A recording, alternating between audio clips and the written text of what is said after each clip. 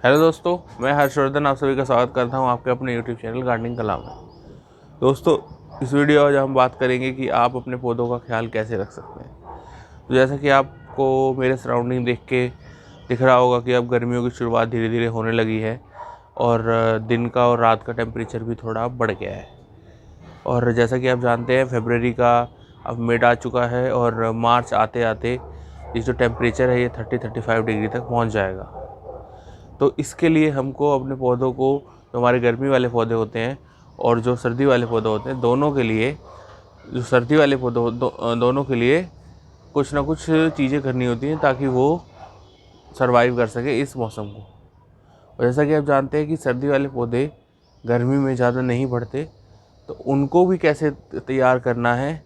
और जो गर्मी वाले पौधे हैं जो अब इस मौसम में आपके बढ़ेंगे, तो उनको भी कैसे आप तैयार करें, तो उसके ऊपर ये वीडियो है।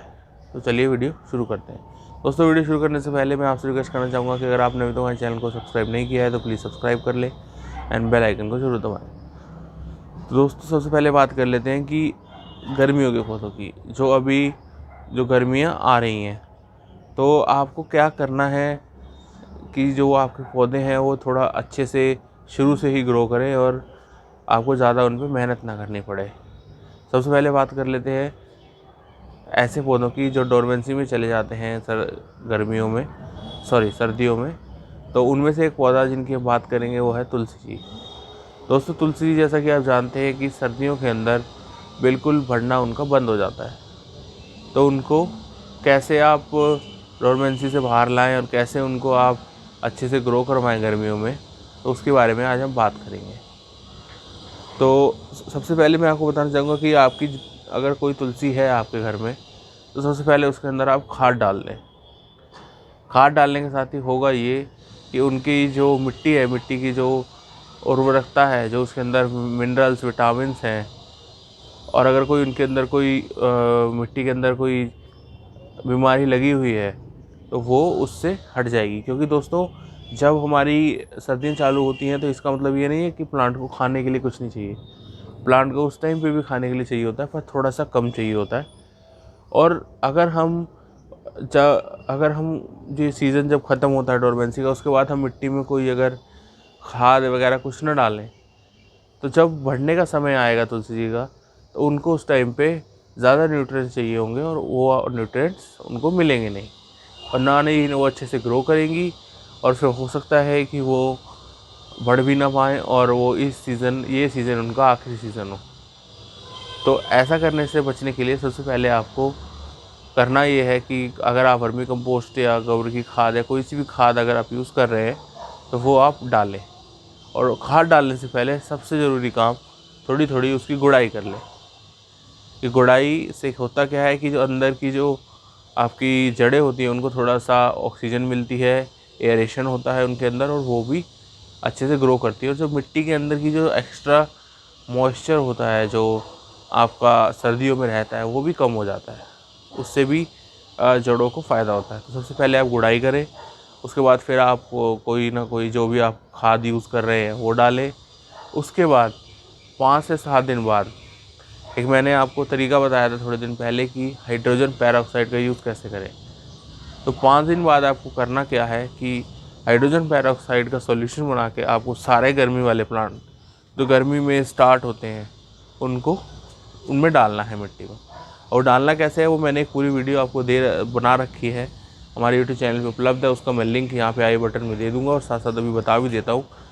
आपको करना यह है, केमिस्ट की दुकान पे जाइए और उनको बोलिए कि हमको हाइड्रोजन पेरोक्साइड चाहिए। वो 15 से 20 रुपये की 100 ml की बोतल आपको दे देंगे। और आपको उस पर ये देखना है कि उस पर लिखा क्या हुआ है। 3 तरीके की हाइड्रोजन पेरोक्साइड हम यूज़ करते हैं, 3%, 6% एंड 35%। 35% आपको नहीं लेनी है, और आपको अगर 3% मिल जाए तो आपको 1 लीटर पानी में 2 ml डालनी है। 1 लीटर पानी में 6 ml डालनी है आपको 3% हाइड्रोजन पेरोक्साइड। और अगर आपको 6% हाइड्रोजन पेरोक्साइड मिल जाए तो आपको 1 लीटर पानी में 2 ml डालनी है।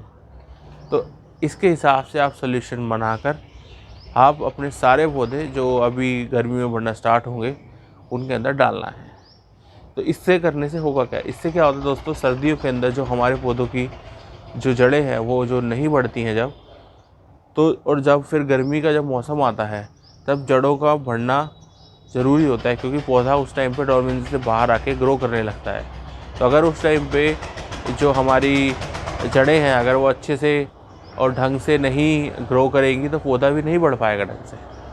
दोस्तों तीसरा जो हम काम करेंगे जो मैं आपको बताऊंगा वो ये है कि जब आप गर्मी वाले पौधे देखें तो उनकी सबसे पहले कटाई छटाई करें, क्योंकि क्या होता है जब हम सर्दी में जो चले जाते हैं पौधे डोरमेंसी में तो उनके जो टिप्स होते हैं, जो डालियों के टिप्स होते हैं वो ख़राब होने लगते हैं। और अगर वो आपने वैसे ही छोड़ दिए वहाँ पर, तो जब वो वहाँ से बढ़ेंगे तो वो अच्छे से नहीं बढ़ पाएंगे और अच्छा सा आपका उनका शेप भी नहीं आएगा। तो आप अगर से ऊपर ऊपर से थोड़ा थोड़ा काट देंगे तो पौधे को भी जो ग्रो करने की थोड़ी सी मोटिवेशन मिलती है कि हाँ मैं थोड़ा छोटा हो रहा हूँ तो मुझे अच्छे से बढ़ना है। तो उस ये 2-3 चीज़ें अगर आप करेंगे तो उस करने से आपका प्लांट जो है अच्छे से बढ़ता है। और ये जो चीज़ें मैं आपको बता रहा हूँ दोस्तों, इससे किसी पौधे को नुकसान नहीं होता बल्कि फ़ायदा ही होता है, क्योंकि ये सब चीज़ें मिलकर आपके पौधे को ग्रो करवाती हैं, उसको डोरमेंसी से जल्दी बाहर निकलवाती हैं और अच्छे से जल्दी ग्रो करवाती हैं। तो ये होगी दोस्तों गर्मी के पौधों की बात, जो अभी गर्मी में डोरमेंसी से गर्मी में डोरमेंसी से बाहर निकल के आपका ग्रो करेंगे। उसके बाद दूसरी बात कर लेते हैं सर्दी के पौधों की। जैसा कि आपका रबर प्लांट होता है, आपका स्नेक प्लांट होते हैं, आपका डिफेबर्शिया है, ये सब इन सब प्लांट्स को बहुत ही कम धूप चाहिए होती है। मैं तो कहता हूँ कि ये डिफेबर्शिया जो होता है वो इंडोर प्लांट है। अगर आपने इसको 30 से 35-40 डिग्री टेम्परेचर में बाहर छोड़ दिया तो यह प्लांट की जो पत्तियां हैं वो सड़ने लगती हैं, वो धीरे धीरे ऐसे हो जाएंगी कि जैसे प्लांट मर रहा हो, पर एक्चुअली में वो मर नहीं रहा होता।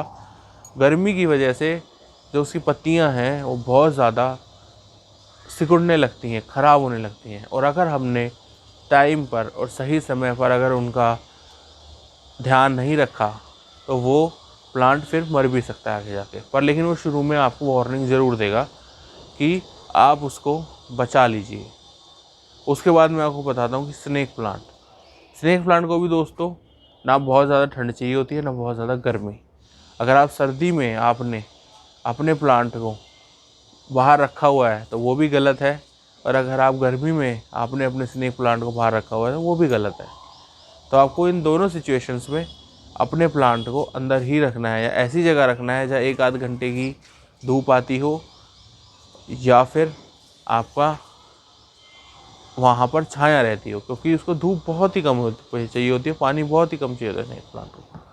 तो दोस्तों ये कुछ हमारी सावधानियाँ थी, और अभी हमने इस वीडियो के अंदर ज़्यादा तो गर्मी के पौधों के बारे में बताया है 3-4 पॉइंट, लेकिन अगली वीडियो में हम सर्दी के पौधों के बारे में भी बताएंगे। तो ये कुछ चीज़ें अगर आप हमारे प्लांट के साथ करेंगे या अपने प्लांट के साथ करेंगे तो वो प्लांट्स अच्छे से डोरमेंसी सीज़न भी अपना निकाल लेंगे, और जो उनका एक्चुअल सीज़न होता है बढ़ने का वो भी वो ढंग से निकाल लेंगे। और ये सब जब आपके प्लांट्स अच्छे चलेंगे तो आपको अंदर से भी खुशी होती है कि हमने कोई प्लांट लगाया और वो अच्छे से अब ग्रो कर रहा है। दोस्तों ये एक छोटी सी वीडियो, होप करता हूँ आपको ये वीडियो अच्छी लगी होगी।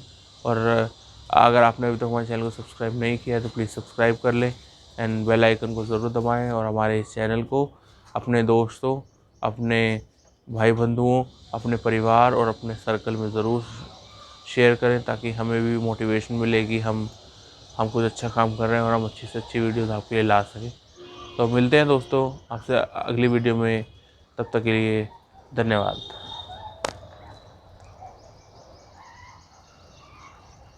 मम्मी।